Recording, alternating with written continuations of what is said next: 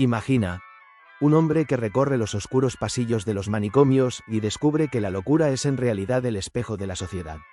Michel Foucault, este pensador rebelde que convirtió la filosofía en un arma de cuestionamiento, cómo reveló las cadenas ocultas del poder.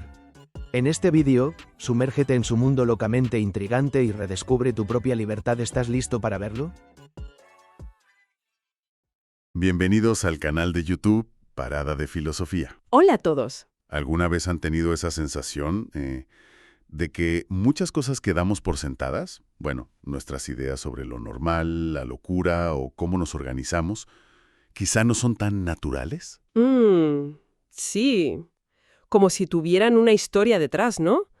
Una historia oculta, a lo mejor, de poder. Pues esa es justo la invitación que nos hace un pensador, bueno, fascinante y a menudo provocador, Michel Foucault. Ajá. Un filósofo e historiador francés del siglo XX que dedicó su vida a eso, a desenterrar esas historias, a mostrarnos cómo el saber y el poder se entrelazan de formas que moldean nuestra realidad.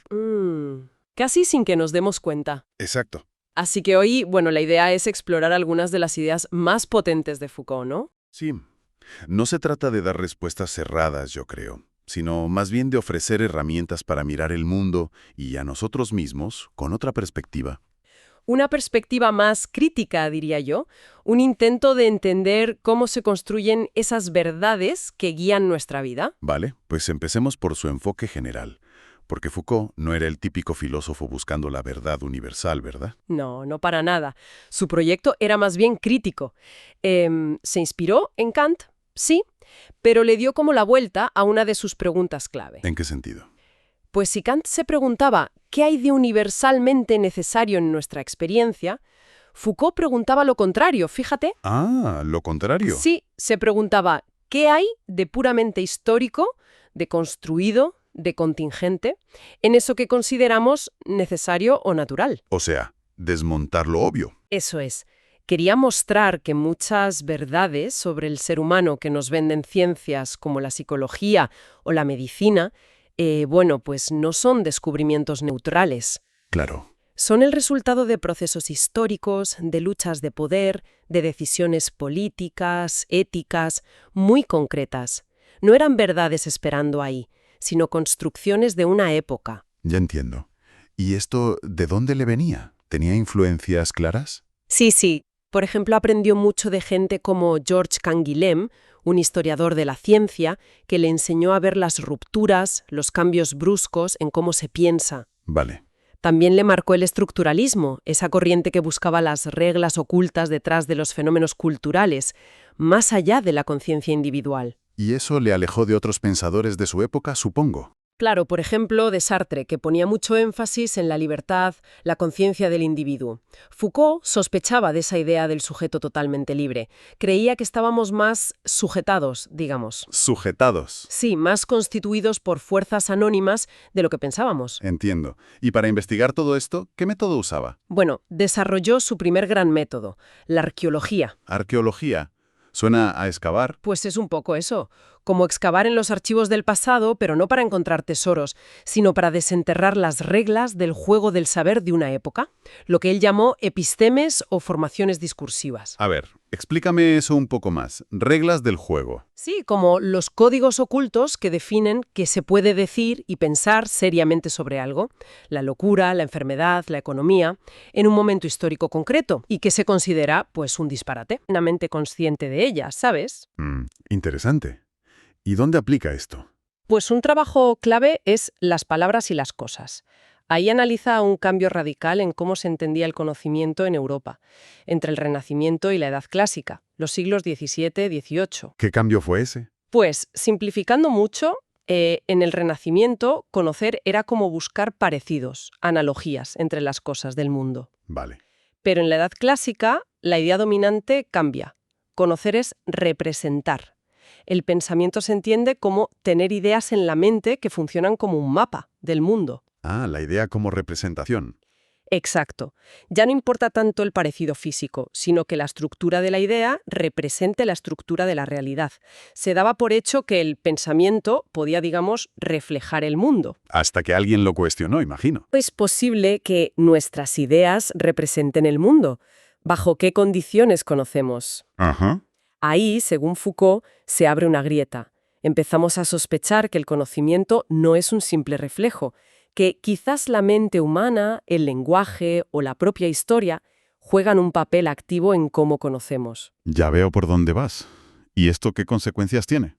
Pues lleva a uno de los conceptos más impactantes de Foucault en ese libro, el nacimiento del hombre. ¿El nacimiento del hombre? Suena grande. Sí, pero ojo, no se refiere a la biología, claro. Vale. Habla del momento en que el ser humano se convierte, para el pensamiento moderno, en algo muy peculiar.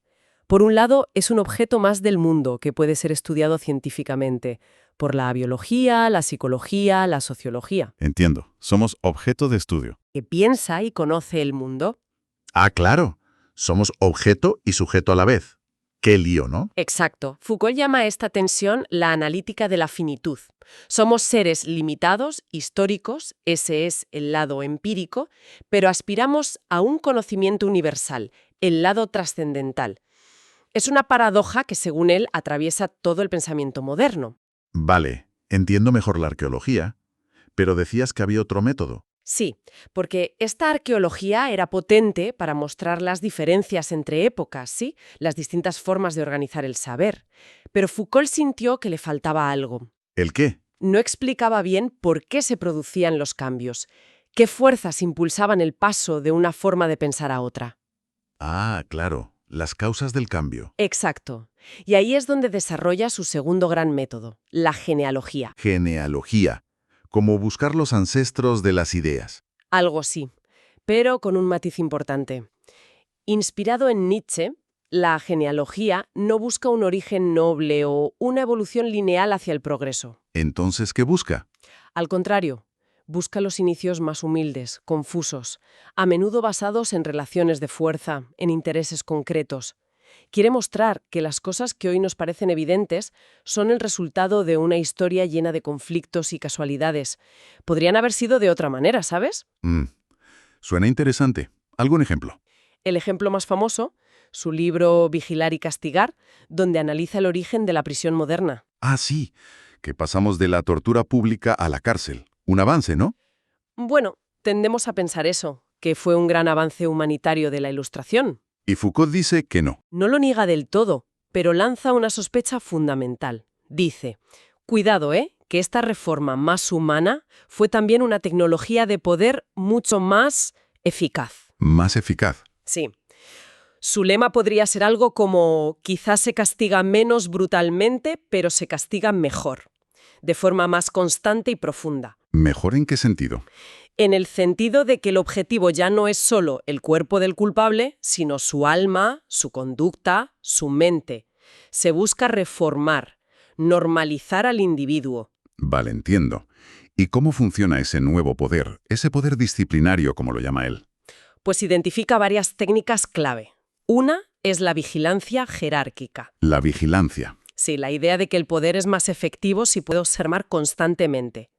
Piensa en la arquitectura de las escuelas, las fábricas, los hospitales, diseñados para facilitar la supervisión. Claro que te puedan ver. Eso es. Otra técnica es el juicio normalizador. Juicio normalizador.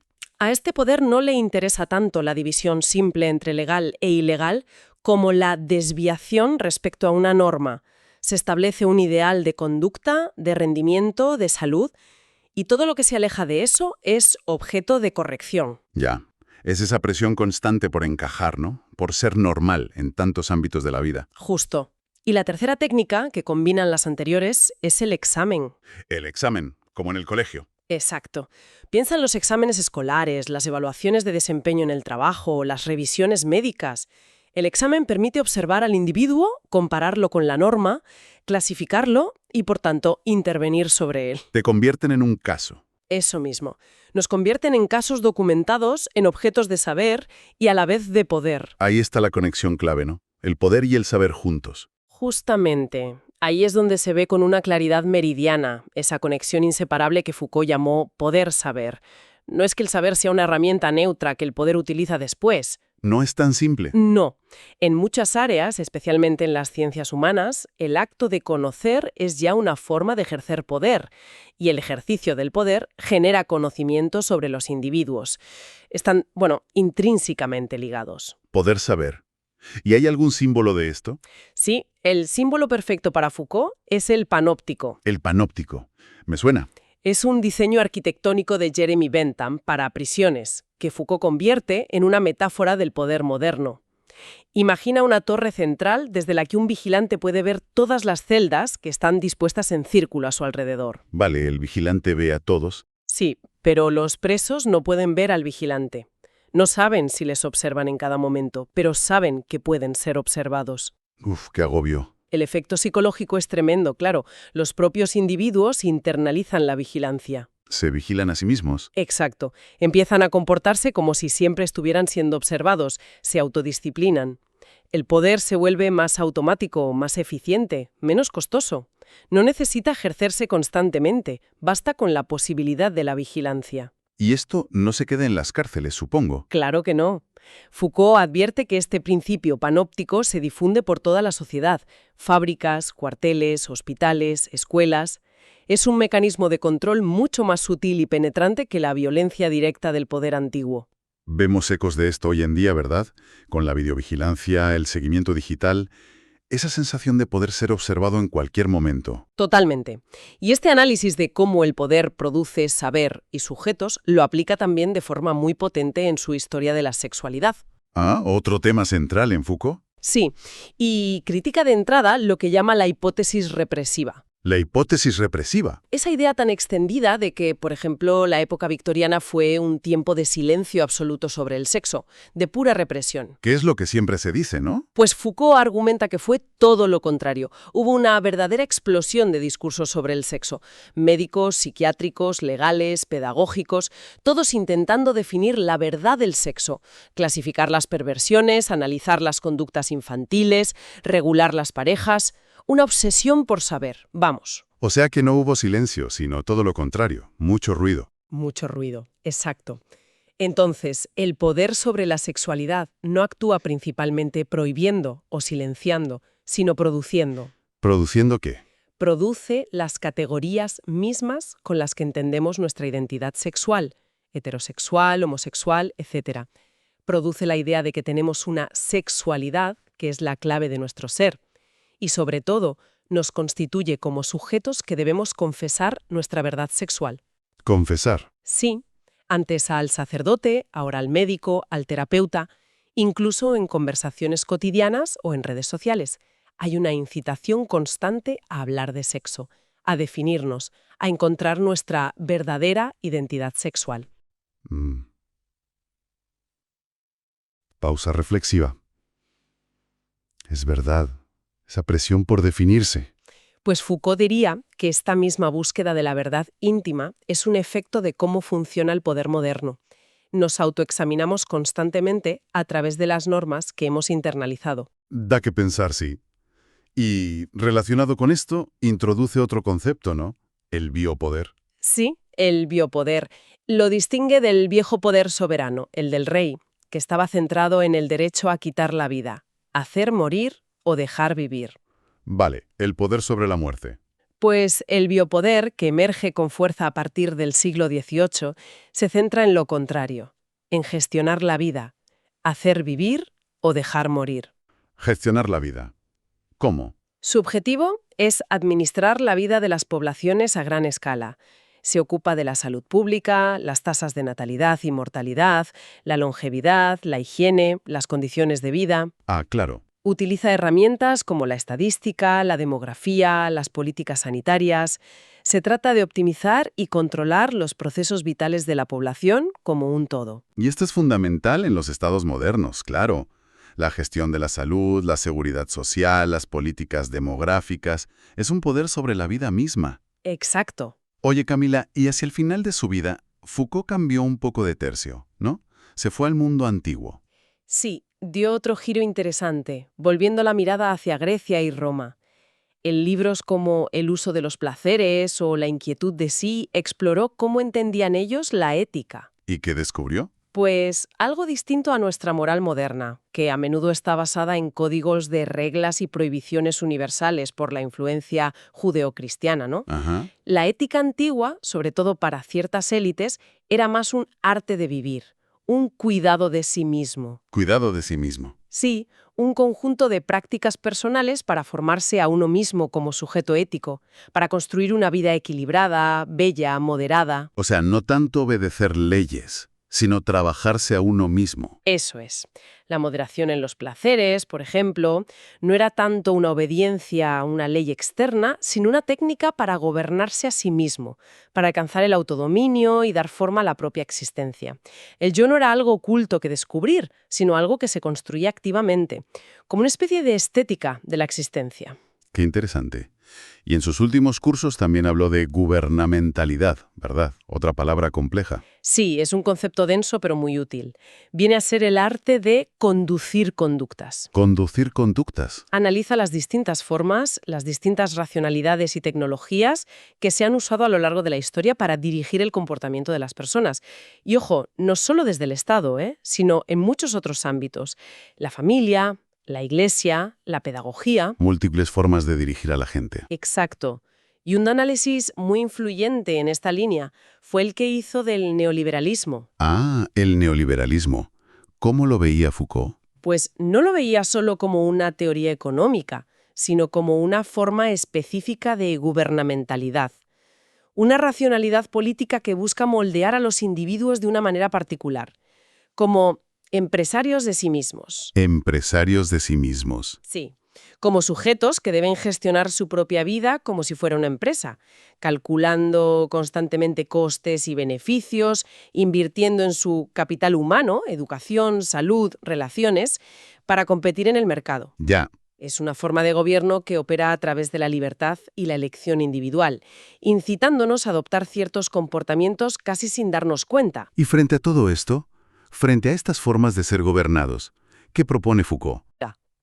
La crítica. La crítica. Entendida no como quejarse por todo, sino como el arte de cuestionar cómo y por qué somos gobernados de una determinada manera.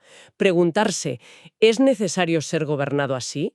¿Podríamos vivir, pensar, relacionarnos de otra forma? En resumen, Santiago, la obra de Foucault es como una invitación constante a no dar nada por sentado, ¿no? Sí, totalmente. A mirar con sospecha lo que nos parece obvio, natural o universal. A desentrañar esas complejas relaciones entre el saber que producimos y el poder que ejercemos, y que nos constituye. Es un pensamiento que incomoda, que desafía. No ofrece recetas mágicas ni utopías fáciles, eso está claro. No, para nada, pero sí proporciona herramientas conceptuales muy potentes para analizar críticamente nuestro presente, las instituciones que nos rodean, los discursos que nos definen, las formas en que somos gobernados. Nos ayuda a pensar la posibilidad de ser diferentes. Son ideas que resuenan mucho hoy, Camila, ¿verdad? Estas dinámicas de poder saber, las técnicas disciplinarias, el biopoder, la gubernamentalidad. Sí, ¿dónde perciban ecos de esto en el mundo actual? Quizás en el funcionamiento de las redes sociales, en los debates sobre salud pública, en el sistema educativo, en el mundo laboral. Da mucho que pensar.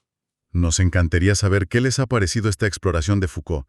Cuéntenos en los comentarios qué ideas les han resonado más o qué preguntas les han surgido. Sí, compartir sus reflexiones nos ayuda muchísimo a seguir creando contenido que realmente conecte con sus intereses. Y si quieren seguir profundizando en estas y otras paradas filosóficas, pues no olviden suscribirse al canal.